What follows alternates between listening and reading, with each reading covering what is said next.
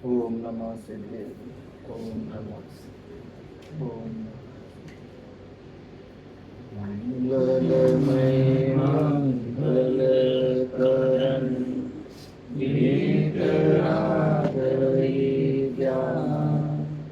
नमो ताहि जाते हरि अरहंतारि महा हरि मंगल हरि ओम महा ग्रंथ करण के जाते मिले समाज सब पावे निज पद पावे निज पद।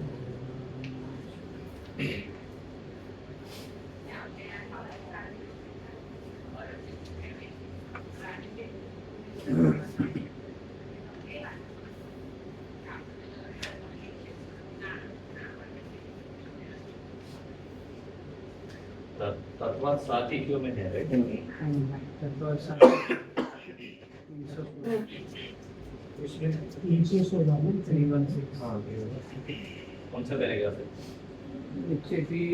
पैराग्राफ का नाम ना नहीं हो गया ना, तुमने बुक 318 पर आ गया। पैराग्राफ कौन सा है? 318 में मुझे लगा पहले यहाँ से शुरू करेगा। क्या नाम है?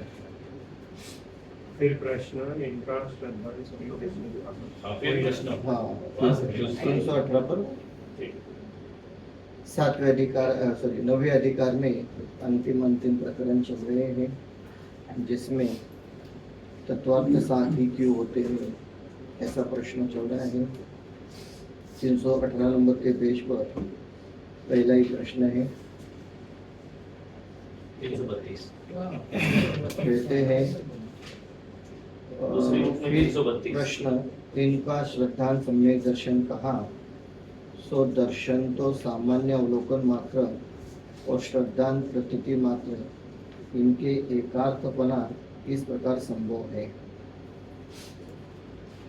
तेरे 7 तत्वों का श्रद्धान ही सम्यक दर्शन है, और सम्यक दर्शन शब्द इनका जो श्रद्धान सम्यक दर्शन कहा, पर दर्शन शब्द तो सामान्य अवलोकन मात्र और श्रद्धान प्रतीति मात्र, इनके एकार्थपना किस प्रकार संभव है। मतलब ये कहना चाह रहे हैं कि जब आप दर्शन शब्द का प्रयोग करते हो तो दर्शन का अर्थ होता है सामान्य अवलोकन। सामान्य अवलोकन मतलब जस्ट देखना वो तो है आपका दर्शन अवलोकन, ज्ञान दर्शन वाला दर्शन अवलोकन मात्र। और श्रद्धान का नाम तो प्रतीति मात्र है, किसी भी विषय का अनुभव होना, प्रतीति होना, उसका नाम श्रद्धान है। इनके एकार्थपना किस प्रकार संभव है। मतलब आप कह रहे हैं ना कि ये दोनों एक ही है, दर्शन का अर्थ अवलोकन भी है और श्रद्धान भी है, तो किस प्रकार, ऐसा उनका प्रश्न है। उसका उत्तर देते हैं। प्रकरण के वश से धातु का अर्थ अन्यथा होता है, सो यहाँ प्रकरण मोक्ष मार्ग का है। 323 होगा।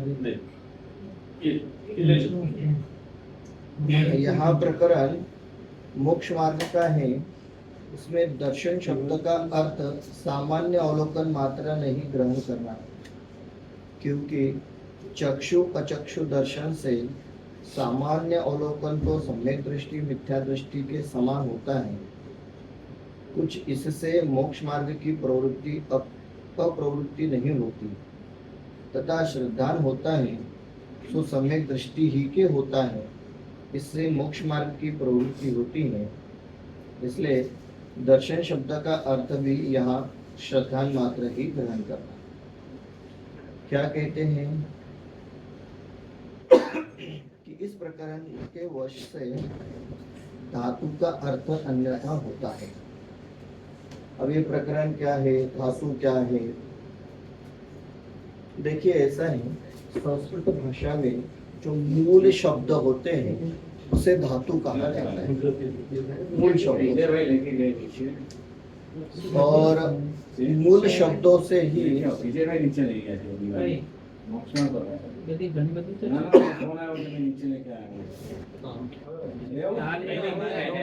हमारे गुजराती आप ही दो ना लो। हाँ ले मैंने गुजराती आप हो जाएगा पीडीएफ भी है। ગુજરાતી ચાલશે મને ચાલશે કઈ છે હિન્દી છે મારી એમ નહીં તને ચાલ ગુજરાતી બી ચાલશે ગુજરાતી નહીં એમ હા હા ચાલશે આવે તો એને હિન્દી પછી આપી हाँ છે नहीं तो कोई बैठो અને હાલે પેજ નહીં મને પછામાં જ લખી નહીં હિન્દી તો टाइट નહીં छोड़। हाँ ये लेना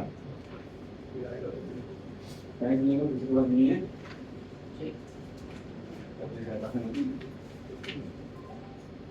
कितना है टाइट प्रकरण के वश से धातु का अर्थ अन्यथा होता है। संस्कृत भाषा में जो मूल शब्द होता है उस मूल शब्द को धातु कहते हैं। जनरली आप अन्य भाषाओं में धातु का मतलब मेटल होता है, बट यहाँ वो अर्थ नहीं है। यहाँ धातु शब्द का अर्थ होता है मूल शब्द, रूट जिसे हम कहेंगे। जैसे कि भू धातु है, भू धातु से बनता है भुवती, और भुवती का मतलब होता है होना। अस धातु है, अस धातु का शब्द बनता है अस्ति, अस्ति मतलब है।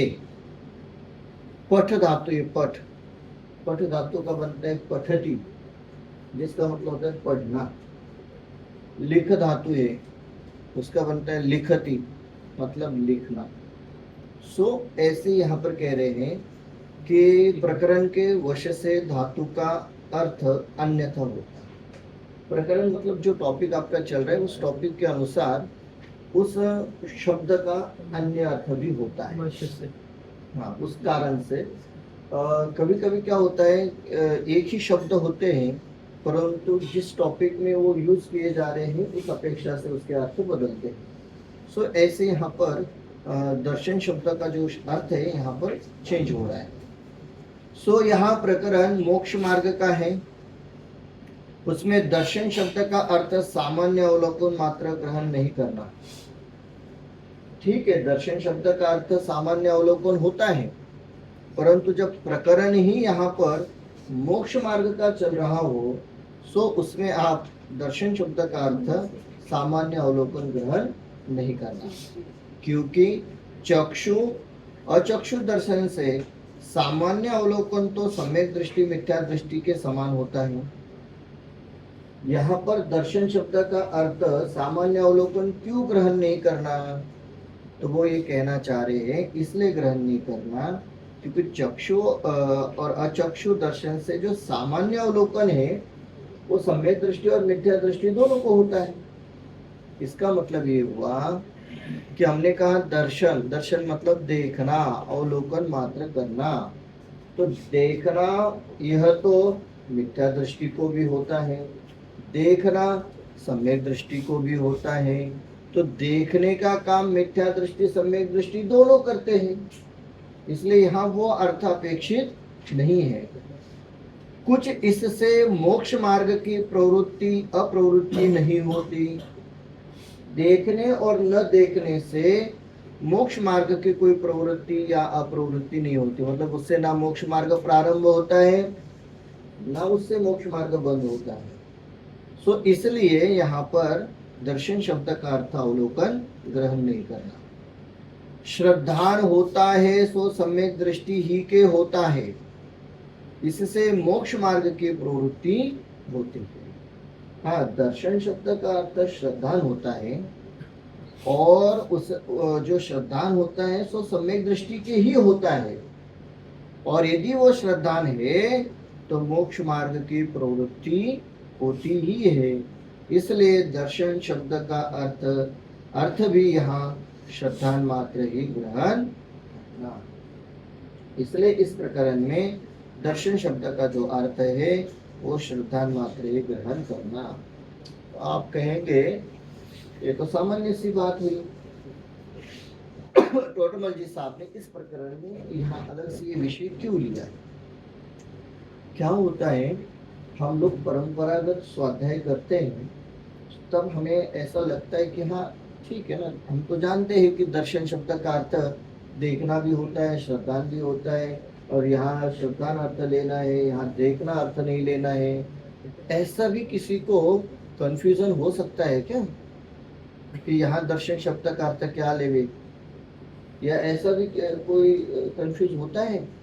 हाँ होता है, बहुत बार होता है, क्योंकि हम लोग परंपरागत स्वाध्याय कर रहे हैं इसलिए हमारे मन में यह प्रश्न नहीं आता है, परंतु जो नए नए स्वाध्यायी है या जो परंपरा से स्वाध्याय नहीं कर रहे हैं उनके मन में ये प्रश्न बराबर रहता है।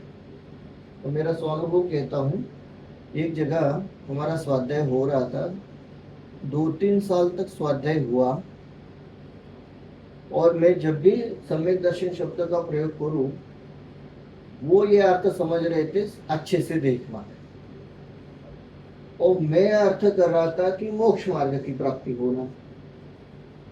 2-3 साल के बाद लगभग अब मैं समझा, मतलब मैं तो बोलते जा रहा हूँ, वो अन्य अर्थ ग्रहण कर रहे हैं, तो बात बैठ नहीं रही थी। अब मुझे समझ में नहीं आ रहे थे कि क्यों बात बैठ नहीं रही है, और उन्हें समझ में नहीं आ रहा था कि शायद पंडित जी जो कहते वो मैं नहीं जानता हूँ। एक शब्द के सही अर्थ पता न होने के कारण से हम 3 साल तक दोनों कंफ्यूजन में चल रहे थे। फिर एक दिन पता नहीं हमारा कोई ऐसा विषय चल रहा था, तो मैंने कहा दर्शन शब्द का मतलब 2 अर्थ होते हैं दर्शन शब्द के। फिर वहां पर मैंने कहा भाई दर्शन का मतलब देखना भी होता है और दर्शन का मतलब श्रद्धान भी होता है, और ऐसी बातों बातों में ये जो विषय आया ना, ये पूरा विषय उस दिन मैंने उनके सामने रखा। तो वो मुझे पूछने लगे कि पंडित जी इसके 2 अर्थ होते हैं? मैंने कहा हाँ। उन्होंने कहा कि मैं आज तक आप जब भी दर्शन शब्द कहते थे तो मैं समझता था देखना, और मैं सोच रहा था कि आत्मा को देखना है, आत्मा कैसा दिखाई देता होगा, और वो मुझे सवाल पूछते थे कि आत्मा मतलब वो पीली पीली जो दिखती वो आत्मा, क्या डार्कनेस दिखता है वो आत्मा। अब मैं हंसने मना कर देता। कहने का अर्थ आप समझ रहे हैं, एक शब्द का अर्थ हमें पता न होने के कारण से इतना हम विपरीत अर्थ ग्रहण कर सकते हैं। ये साइकोलॉजी पंडित टोडरमल जी को पहले से थी, इसलिए उन्होंने जैसे प्रकरण प्रारंभ हुआ पहले सबसे पहले ये क्लेरिफिकेशन दे दिया कि भाई दर्शन शब्द के 2 अर्थ होते हैं। मतलब मेरा ये मानना है कि ये जो संस्कृत के बाद हिंदी और अन्य भाषाओं में लिखना शुरू हुआ ना, वो सब लिखने वालों में सबसे अच्छे साइकोलॉजिस्ट कोई थे, वो टोडरमल थे। वो पहले जानते थे कि भाई ये कहाँ अटकने वाले हैं, ये इनकी गाड़ी कहाँ अटकने वाली, वो पहले जानते थे, और उस हिसाब से वो लिखते। वो वक्ता के स्वरूप में दिया ना, वक्ता के स्वरूप में वक्ता कैसा होना चाहिए कि शिष्य के मन में जो प्रश्न आवे उसे स्वयं पहले उठा करके उसका समाधान कर दे। इतना सुंदर लिखा है इसमें। फिर कहते हैं, फिर प्रश्न, यहाँ विपरीत अभिनिवेश रहित श्रद्धान करना कहा, सो प्रयोजन क्या? ये और नया प्रश्न है। भाई आपने कहा श्रद्धान करो, तो हमने भी तो श्रद्धान किया, हम भी तो श्रद्धान कर रहे हैं, पर आप कहते कि विपरीत अभिनिवेश से रहित श्रद्धान करो, इसका क्या अर्थ है, क्या इसका प्रयोजन है? अभिनिवेश नाम अभिप्राय का है। क्या है अभिनिवेश? अभिप्राय। अभिप्राय मतलब मान्यता, हम क्या मानते हैं, हम क्या समझते हैं उस विषय के बारे में। सो जैसा तत्वार्थ श्रद्धान का अभिप्राय है वैसा न हो, अन्यथा अभिप्राय हो, उसका नाम विपरीत अभिनिवेश है। तत्वार्थ श्रद्धान करने का अभिप्राय केवल उनका निश्चय करना मात्र ही नहीं है।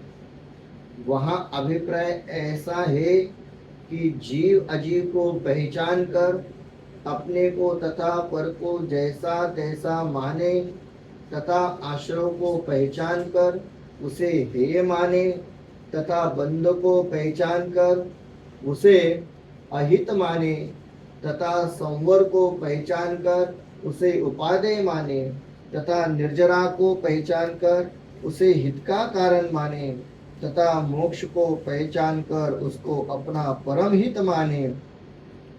ऐसा तत्वार्थ श्रद्धान का अभिप्राय है। उससे उल्टे अभिप्राय का नाम विपरीत अभिनिवेश है।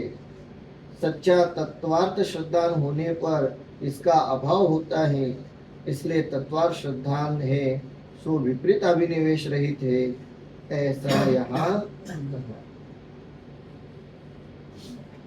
बहुत गहरी बात कह रहे हैं इस पैराग्राफ में। ओ स्कूल कॉलेज में हम लोग पढ़ते हैं, साइंस के प्रैक्टिकल में अलग अलग प्रकार के प्रैक्टिकल हमें समझाए जाते हैं।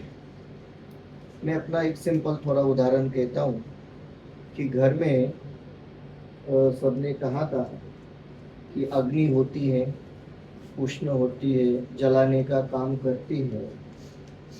पानी होता है, ठंडा होता है, वो आग बुझाने का काम करता है। पानी के कारण से ठंडक मिलती है। सबने कहा, हमने मान लिया, ठीक है। फिर हमने क्या किया, गैस जल रही थी तो गैस के पास जाकर के उसको छू लिया।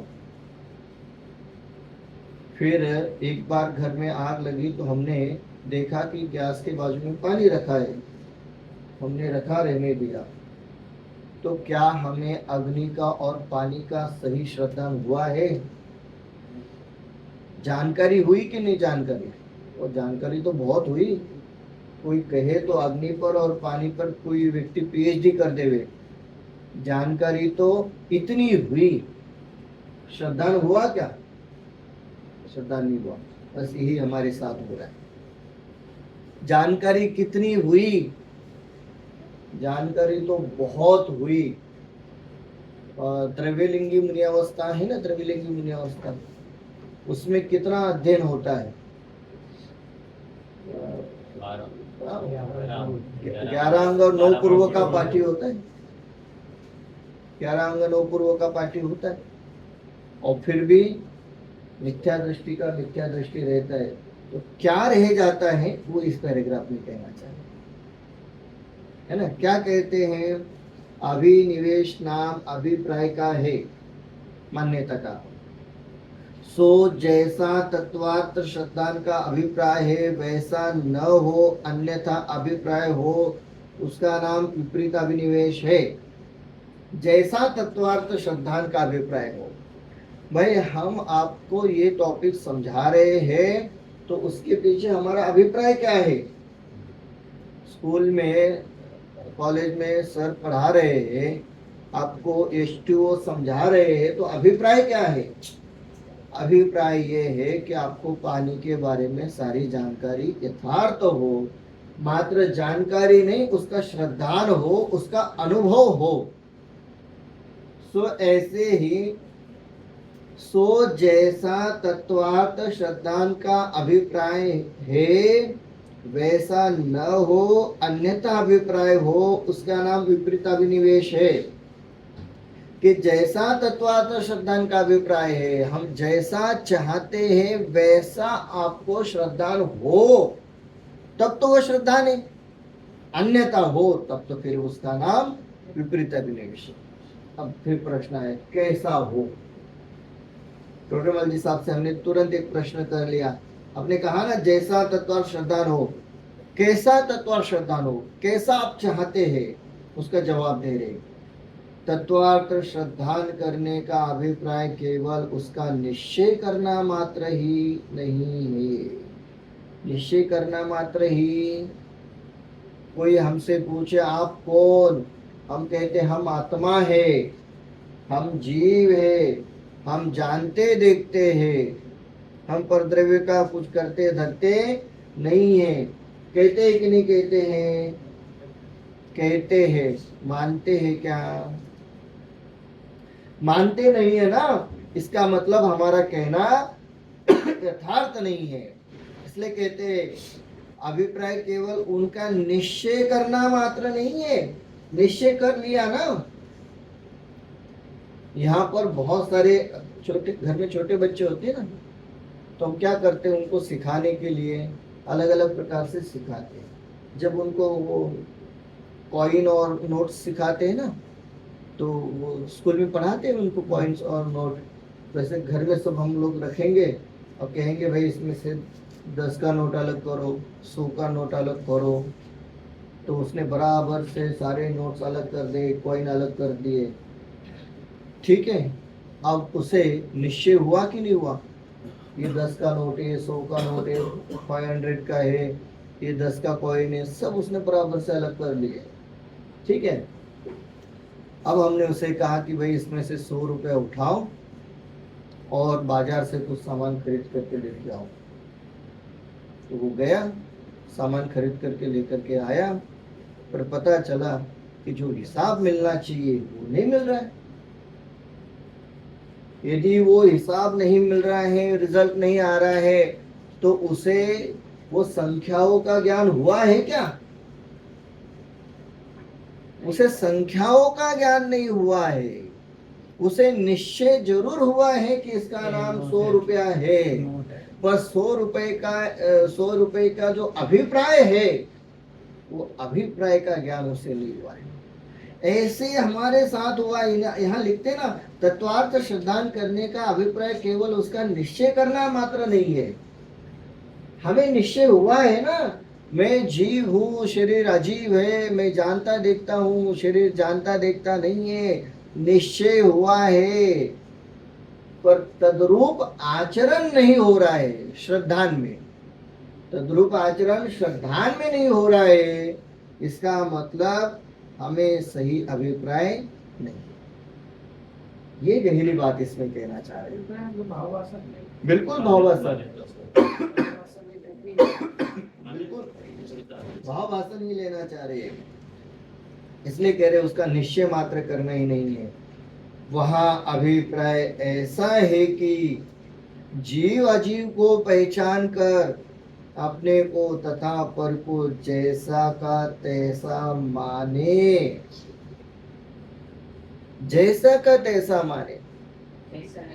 हाँ बिल्कुल, जीव को जीव माने, अजीव को अजीव माने। अब फिर यहाँ पर वो टोटोमोलॉजी के पहले वाले शब्द याद आ रहे हैं। जीव का अंश अजीव में नहीं मिलाना, अजीव का अंश जीव में नहीं मिलाना, उसका नाम यथार्थ श्रद्धान। हम मिलाते हैं क्या? शब्दों में भले नहीं मिलाते, अभिप्राय में मिला देते। अभिप्राय में मिला देते। सब मानते तो बराबर ही है। हाँ, सब मान्यता तो बराबर ही है। बिल्कुल बिल्कुल बिल्कुल, परंतु अभिप्राय में मिला रहे हैं। बहुत अभिप्राय बहुत गहरी चीज है। पता ही नहीं चलता कहाँ अभिप्राय शुरू हो रहा है और कहाँ हमारा निश्चय शुरू हो रहा है। ऊपरी ऊपरी मान्यता और सच्चा भाव वासन कहाँ शुरू हो रहा है पता ही नहीं चल रहा है। ऐसा विचार करने पर लगता है कि बस सब तो सही चल रहा है, पर गहराई में विचार करने पर पता चलता है कि गड़बड़ है। और गड़बड़ पर विचार करें तो फिर पता चलता है नहीं, शास्त्र में भी तो ऐसा ही लिखा है। जैसे एक उदाहरण को, अभी ये हाथ में दर्द होने लगे तो अब क्या कहें? हाथ अजीब है, मैं इसका जानने देखने वाला हूँ। ठीक है, आपका कहना सही है, मुझे गलत तो इसमें कुछ है नहीं। अच्छा, फिर अब दर्द हो रहा है तो इसकी दवा पानी करे कि नहीं? हाँ, शास्त्र में लिखा है दवा पानी करने, तो मैं भी दवा पानी कर लूंगा। अब वो दवा पानी करे और कहे भी ये शरीर अजीब है, तो क्या अभिप्राय सही हुआ? नहीं हुआ ना। कहाँ गड़बड़ रहेगी? अब गहरे में विचार करो, क्या मान्यता चल रही है। बहुत गहरे में विचार करने पर आपको बिल्कुल पकड़ में आएगा अभी भी इसके प्रति अपनापन चल रहा है, ये मैं हूं, इसके बिना मेरा काम नहीं चलेगा। हाँ, जानकारी में जरूर चल सकता है, ये तो अजीब है, इसका ऐसा ही परिणमन होना है, आदि आदि हो सकता है। अभिप्राय में, मान्यता में नहीं, ये तो मैं ही हूँ। हाँ, एकत्व बुद्धि, एकत्व बुद्धि, ममत्व बुद्धि इतनी गहरी है, वो अपने आप ही चल जाती है। इसलिए यहाँ लिखना चाह रहे हैं साहब, यहाँ लिख रहे हैं कि भाई निश्चय करना मात्र ही नहीं है, वहाँ अभिप्राय ऐसा है कि जीव अजीव को पहचान कर अपने को तथा पर को जैसा का तैसा माने, तथा आश्रय को पहचान कर उसे हेय माने। आश्रय को, और यहाँ थोड़ा विचार करते हैं, आश्रय को पहचानना है, बिल्कुल आश्रय को पहचानेंगे। आश्रय को पहचानते समय यदि क्रोध का भाव आए तो लगता है कि भाई कषाय हो रही है। यदि मायाचारी के परिणाम हो, हम तो स्वाध्याय वाले जीवों की बात कर रहे हैं, अन्य की क्या करेंगे। यदि मायाचारी के परिणाम हो और थोड़ा शांति से विचार करें तो पता चलता है कषाय हो रही है, कर्म बंद हो रहा है।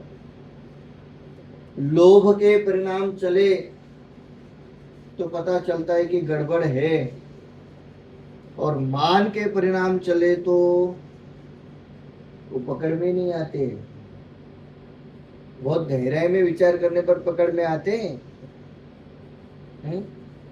ऐसे आपसे बात करते करते, ओहो देखो, मतलब देखो कैसे परिणाम होते हैं जीवों के। हाँ, यदि यहाँ बैठे बैठे मैं क्रोध करने लगूं, अरे आपको इतना भी पता नहीं, तो तुरंत पकड़ में आएगा, अरे मैं तो क्रोध कर रहा हूं। या लोभ के परिणाम हो जाए कि बहुत सारा पुण्य मिलेगा, फिर देवगति मिलेगी, तो भी एक बार पकड़ में आएंगे। यदि मायाचारी छल कपट के परिणाम हो तो भी पकड़ में आएंगे। क्रोध, माया, लोभ पकड़ में आएगा। मान के परिणाम नहीं पकड़ में आते। हाँ, चलो एक बार पकड़ में आ भी गए तो उसी के साथ जीव परिणमन करने लगता है। ये तो ये ठीक है, ये हाँ, अशुभ भाव वाले सारे बातें हो गई। शुभ भाव के परिणाम चले तो शुभ भाव के बड़े, बिल्कुल क्रोध, मान, माया, लोभ कोई भाव नहीं है, बिल्कुल विशुद्ध परिणाम है। और विशुद्ध परिणामों से हम स्वाध्याय करने लगे, और विशुद्ध परिणामों से देव शास्त्र गुरु की आराधना करने लगे, और उन विशुद्ध परिणामों में जो पुण्य आश्रय हो रहा है, क्या उस समय हमें ऐसा लगता है कि यह भी है, यह भी त्यागना है, छोड़ना है? नहीं लगता है, उसमें बहुत आनंद आता है। प्रतिष्ठा में गए हैं, वो बढ़िया सुंदर ढंग से वो प्रतिष्ठा चल रही है, तो 2-5 दिन के लिए तो हम भूल ही जाते हैं कि पुण्य भी है, हम भूल ही जाते हैं। यात्रा क्या है?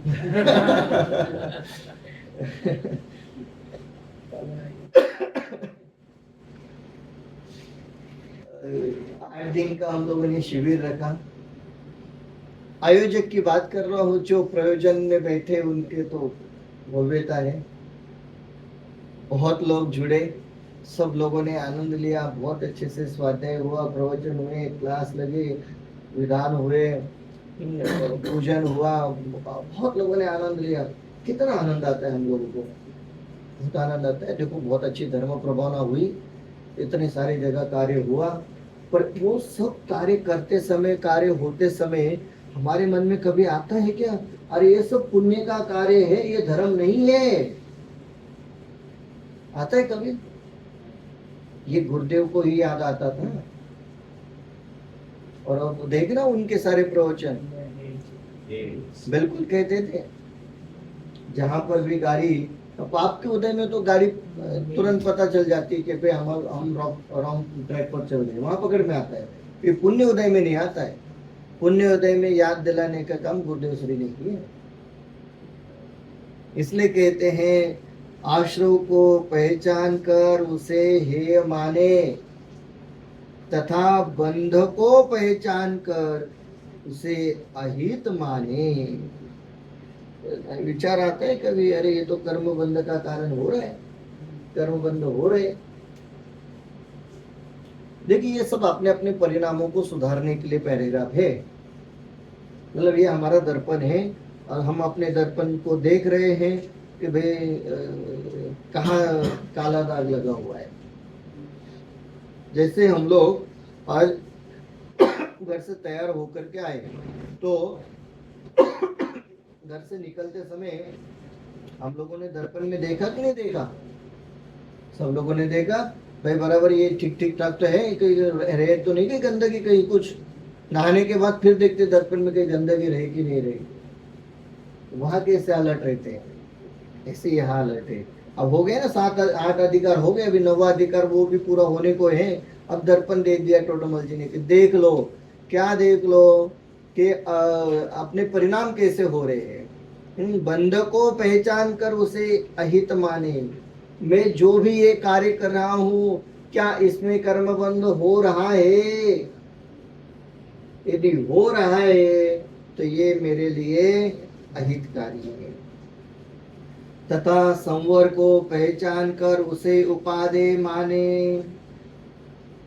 जो संवर है ना वो उपादेय है, उसे पहचानना है और उसे पहचान कर उपादेय मानना है। सात तत्व संबंधी वाली भूल है, टोडरमल जी साहब ने भी ली है और दौलत राम जी साहब ने भी दी है, पंडित जी साहब ने। वहाँ सात तत्व संबंधी वाले भूल में वहाँ ये प्रकरण दिया है कि जो ज्ञान तब हितकारी है उसे जीव अहितकारी मानता है। ये संवर तत्व की भूल है। सो संवर को पहचान कर, संवर को पहचानना मतलब ये जो ज्ञान है, तप है, ये सब मेरे लिए हितकारी है ऐसा माने। तो संवर को पहचान कर उसे उपादेय माने तथा निर्जरा को पहचान कर उसे हित का कारण माने। निर्जरा किस कारण से होती है? बारंबार संवर होने के कारण से ही निर्जरा होती है। सो उस निर्जरा को हित का कारण माने तथा मोक्ष को पहचान कर उसको अपना परम हित माने कि एकमात्र मोक्ष ही है जो परम हितकारी है। एक बार भाव संवर और भाव निर्जरा के अपेक्षा जी। आत्मा को जानकर आत्मा में लीन होना ये भाव संवर है और लीनता होते रहना ये भाव निर्जरा है। समय समय की अपेक्षा से आत्मलीनता होना ये संवर है और बारंबार संवर होते रहना ये निर्जरा है। सो कह रहे हैं कि भाई मोक्ष को पहचान कर उसको अपना परम हित माने। मेरा परम हित किसमें है उसे जाने समझे। हम अपना परम हित मानते हैं, किसमें मानते हैं? लोक व्यवहार का कोई कार्य है, पंचेंद्रिय के विषय भोग है और पंचेंद्रिय के विषय भोगों को ही अपना हितकारी मानते हैं और फिर तद्रूप कार्य करते हैं। सो इसलिए यहाँ लिखते हैं कि मोक्ष को पहचान कर उसको अपना परम हित माने। ऐसा तत्वार्थ श्रद्धान का अभिप्राय है।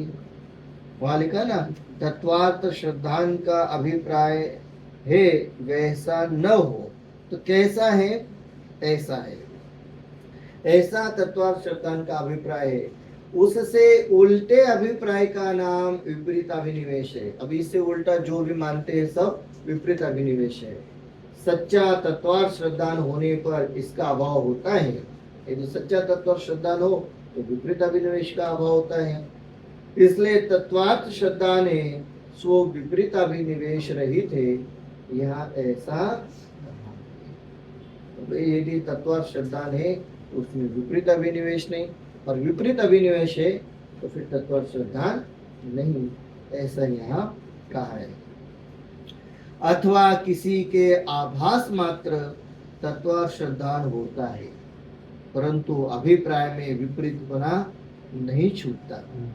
किसी प्रकार से पूर्वोक्त अभिप्राय से अन्यथा अभिप्राय अंतरंग में पाया जाता है तो उसको सम्यक दर्शन भी होता है। जैसे त्रिवेलिंगी मुनि जिन वचनों से तत्व की प्रतीति करे, परंतु शरीर आश्रित क्रियाओं में अहंकार तथा पुण्याश्रव में उपादेयपना इत्यादि विपरीत अभिप्राय से मिथ्या दृष्टि ही रहता है। इसलिए जो तत्वार्थ श्रद्धा विपरीत अभिनिवेश रही थे वही सम्यक दर्शन। अभी हो तो गया था पहले पैराग्राफ में सब, फिर अलग से एक पैराग्राफ। हाँ जरूरी है, ये भूल रह जाती है हमारी। टोडरमल जी साहब ने कितना स्पष्टता से कहा, अथवा किसी के आभास मात्र तत्वार्थ श्रद्धान होता है। आभास मात्र भी तत्वार्थ श्रद्धान होगा, हाँ होगा ना, वहां लिखा ना द्रव्यलिंगी मुनि जिन वचनों से तत्वों की प्रतीति करे। अब ये जिन वचनों से तत्वों की प्रतीति करे मतलब जैसा हम लोग कर रहे हैं ना, ऐसा है। हमारा तो हो सकता है कि कम हो, थोड़ा हो।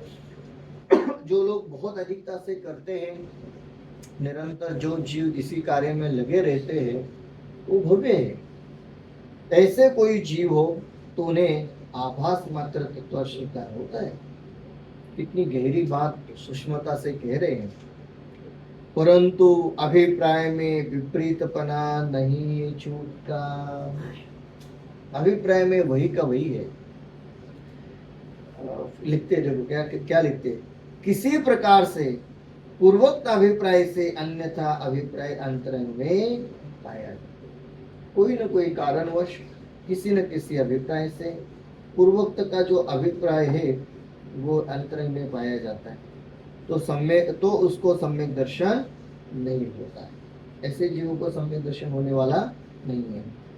जैसे द्रव्यलिंगी मुनि जिन वचनों से तत्वों की प्रतीति करे, परंतु शरीर आश्रित क्रियाओं से अहंकार तथा पुण्याश्रव में उपादेयपना इत्यादि विपरीत अभिप्राय से मिथ्या दृष्टि ही रहता है। क्या लिखते हैं कि कोई द्रव्यलिंगी मुनि हो जिन वचनों से तत्वों की प्रतीति करे, जिन वचनों को पढ़ करके सुन करके लिख करके तत्वों की प्रतीति हो जावे, परंतु शरीर आश्रित क्रियाओं में अहंकार, शरीर से आश्रित जो क्रिया है उसमें अहंकार बना रहता है, तथा पुण्याश्रव में उपादेयपना। पुण्याश्रव में उपादेयपना बात तो द्रव्यलिंगी मुनिराजों की हो रही है, हो सकता है क्या?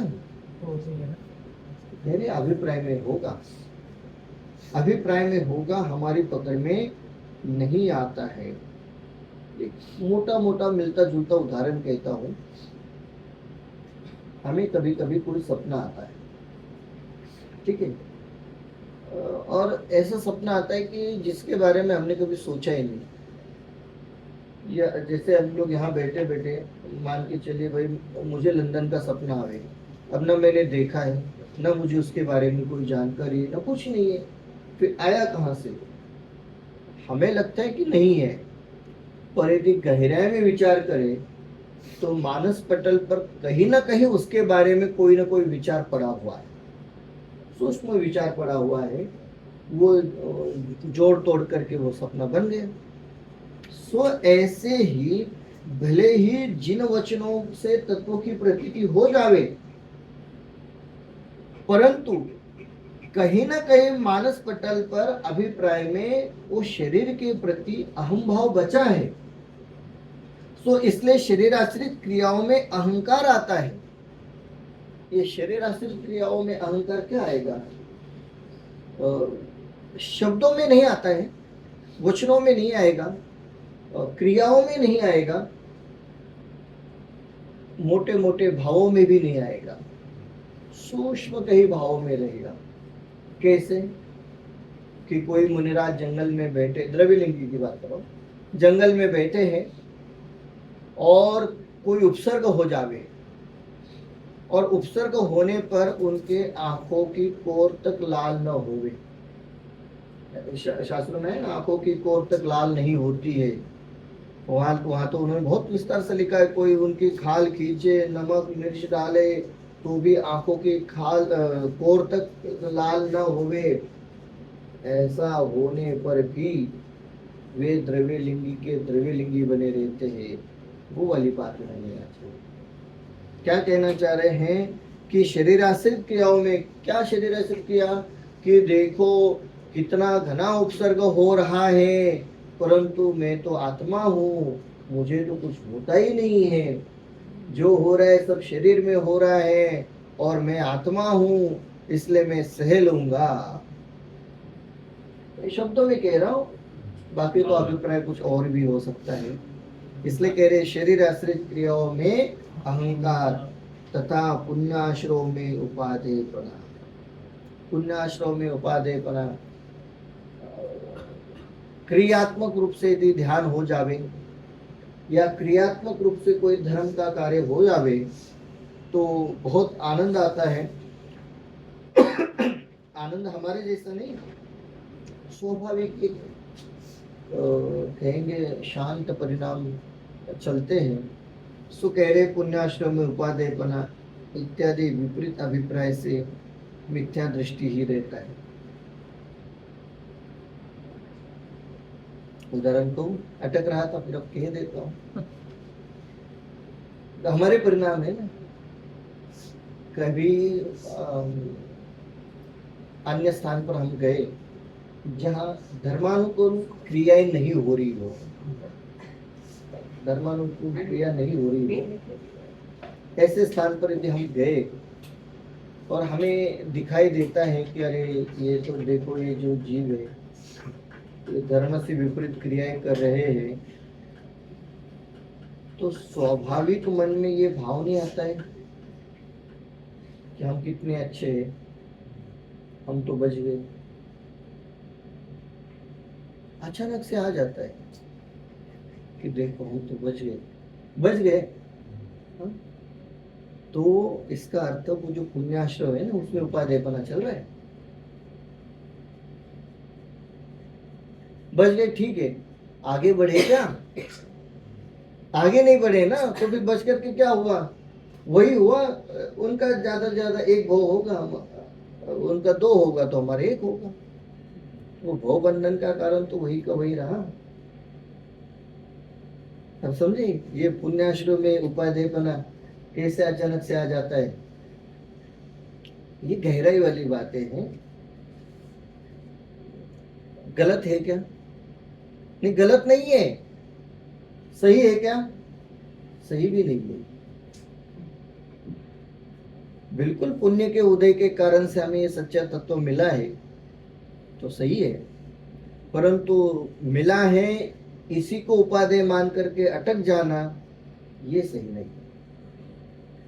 इसलिए पुण्याश्रव में उपादेय, ये पुण्याश्रव वाला उदाहरण मैंने इसलिए कहा, ऐसा बहुत बार परिणामों में आता है और हमें अपने परिणामों को टटोलना है, देखना है, तब तो जाकर की शुद्धता आएगी ना, अन्यथा कैसे आएगी। इसलिए पुण्याश्रव में उपादेयपना इत्यादि विपरीत अभिप्राय से मिथ्या दृष्टि ही रहता है। इसलिए जो तत्वार्थ श्रद्धान विपरीत अभिनिवेश रहित है वही सम्यक दर्शन है। बार बार टोडरमल जी साहब किसी विषय को ले रहे हैं, कह रहे हैं इसलिए जो तत्वार्थ श्रद्धान विपरीत अभिनिवेश रहित है वही सम्यक दर्शन है। कितनी बार इस विषय को रिपीट किया है, कितनी बार, इसके पहले भी एक बार किया था। हाँ, इसलिए वो बार बार रिपीट करना चाह रहे हैं क्योंकि गाड़ी अटक जाती है। यहाँ जो लिखा था किसी प्रकार से पूर्वोक्त अभिप्राय से अन्यथा अभिप्राय, पूर्वोक्त अभिप्राय मतलब क्या? पुराना जो चल रहा है वो अग्रहित मिथ्या दर्शन। अग्रहित मिथ्या दर्शन चल रहा है। हाँ, अब वो अग्रहित मिथ्या दर्शन जो वो कराया नहीं है, वो चल रहा है अनादि से जो चल रहा है वही अभिप्राय से अन्यथा अभिप्राय अंतरंग में पाया जाता है। बिल्कुल। और वो पकड़ में नहीं आता है। जैसे उदाहरण के पर अभिगमन सम्यक दर्शन नहीं होगा ना। वो भी तो पुराना अभिप्राय कहीं ना कहीं तुम्हारे ध्यान में आएगा हाँ जब हाँ सम्यक दर्शन होता है। बिल्कुल बिल्कुल होता है। या हम कहें जैसे विपरीत श्रद्धान में पुराना अभिप्राय अभी यहाँ काम कर रहा है, तो हम इसका पॉजिटिव उदाहरण ये भी दे सकते हैं कि पूर्वोक्त में कोई तत्व की बात सुनी हो, वो वर्तमान में कार्य करती है। जैसे शेर की पर्याय में सम्यक दर्शन होना, वो तो ऋषभदेव भगवान से दिव्य ध्वनि सुनी थी, जीव जुदा पुतगल जुदा, वो शेर की पर्याय में काम आ गई। तो दोनों प्रकार से पूर्वोक्त पॉजिटिव भी हो सकता है। बिल्कुल, पुराना बिल्कुल। अभिप्राय पॉजिटिव, पुराना पॉजिटिव अभिप्राय आज भी काम में आ सकता है। जी जी बिल्कुल। इसीलिए तो कह रहे हैं कि सम्यक दर्शन होवे तो बहुत ही बढ़िया है, नहीं होवे तो कोई बात नहीं है। मतलब वो उदाहरण देते बार बार, मटके में पानी भर के रखना है और हम अभी एक एक बूंद पानी उसमें मटके में डाल रहे हैं, तो लोग कह रहे हैं कि ये तो एक बूंद पानी मटका तो सोख लेगा, आपका क्या फायदा हुआ। अरे नहीं, ये एक एक बूंद करके मटका पहले गीला तो हो जावे, फिर उसमें पानी भर जाएगा। तो भले ही हमारा ये जो कार्य हो रहा है, सुमत प्रकाश जी भाई साहब कहते हैं ना, वो बार बार कहते हैं देखा देखी में होवे। आजकल परसों मैंने एक उनकी क्लिप सुनी थी बहुत अच्छी। वो कह रहे हैं कि मंदिर जो है ना, मंदिर ये सम्यक दृष्टि के आने के लिए नहीं है। मैं अपने शब्दों में कह रहा हूँ, उनका अलग है। ये तो किसके लिए है?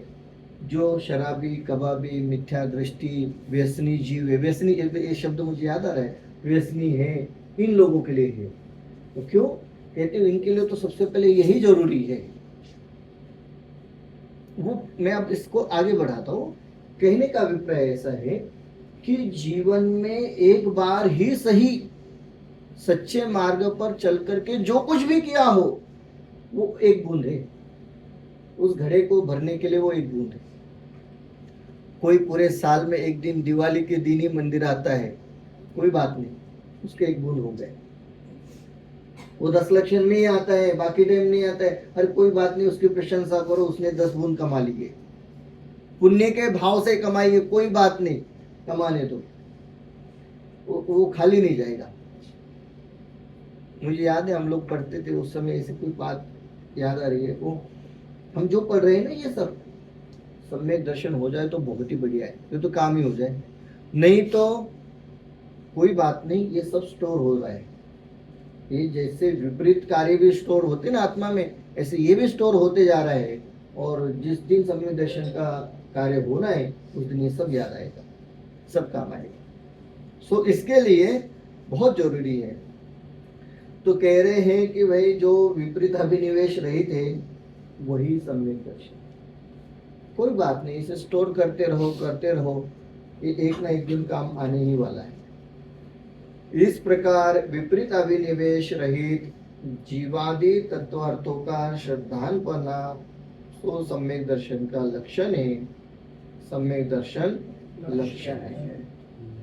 कह रहे इस प्रकार विपरीत अभिनिवेश रहित जीवादि तत्वार्थों का श्रद्धालुपना, जीवादि तत्वों का जो तत्वार्थों का श्रद्धालुपना, क्या पढ़ो क्या लिखा है? श्रद्धालुपना।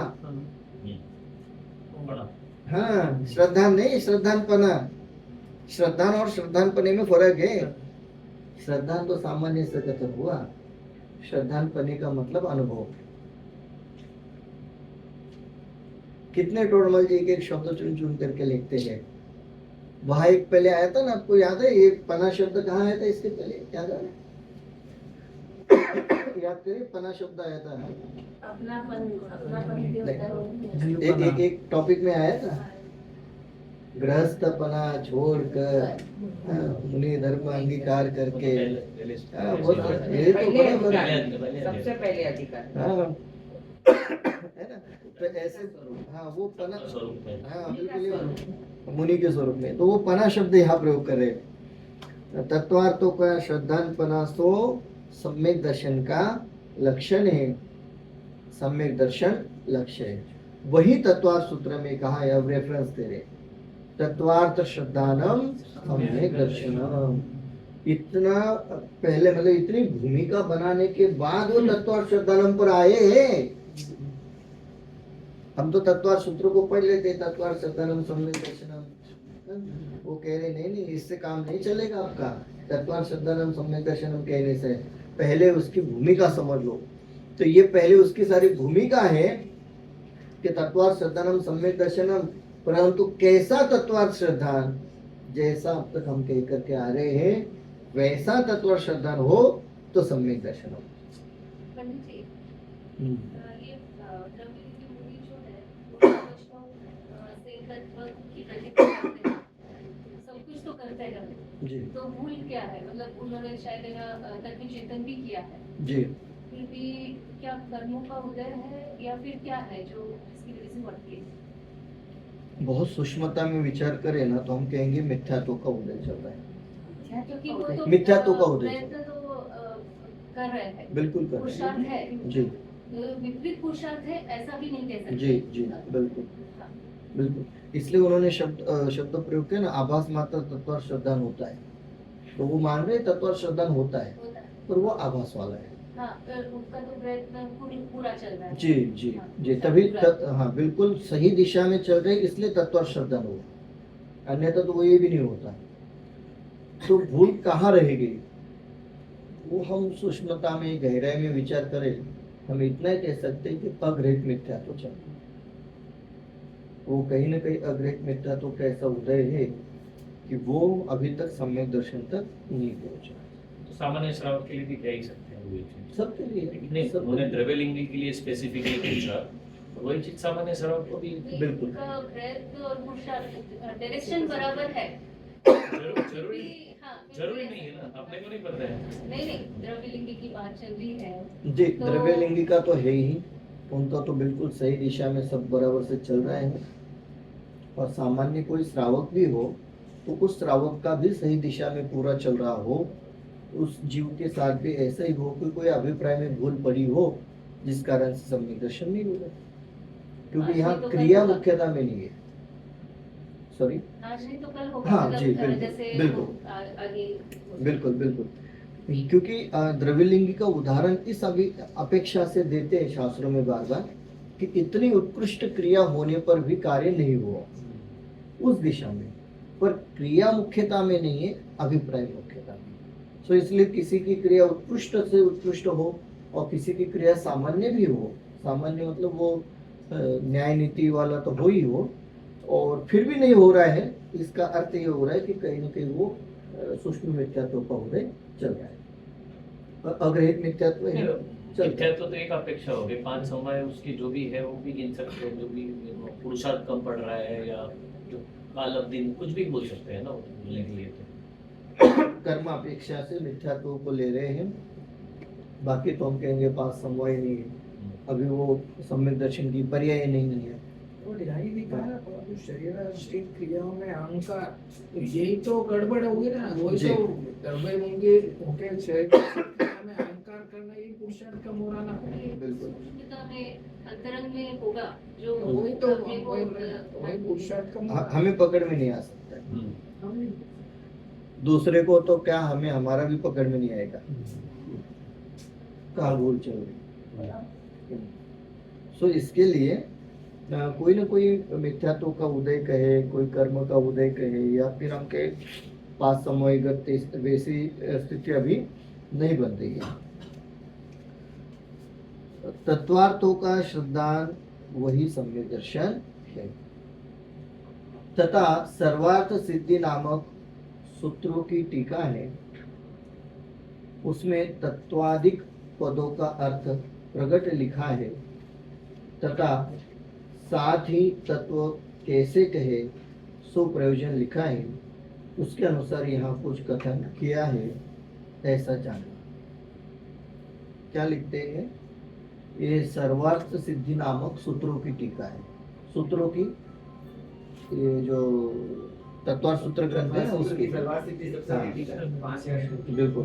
तो तत्वार्थ सूत्रों की तत्वार्थ सूत्र ग्रंथ की टीका है सर्वार्थ सूची, और उसमें तत्वाधिक पदों का अर्थ प्रकट लिखा है। तत्वाधिक पदों का मतलब ये जो भी लिख रहे हैं हम सब सात तत्वों का प्रकट मतलब स्पष्ट लिखा है, तथा साथ ही तत्व कैसे कहे सो प्रयोजन लिखा है, और साथ ही क्यों कहे वो भी उसमें लिखा है। उसके अनुसार यहाँ कुछ कथन किया है ऐसा जाना। टोटरमल जी साहब कह रहे मैंने अपने हिसाब से कुछ नहीं कहा है, मैंने वो टीका में से जो पढ़ा था उसी को आपके सामने अपनी भाषा में लिखा है।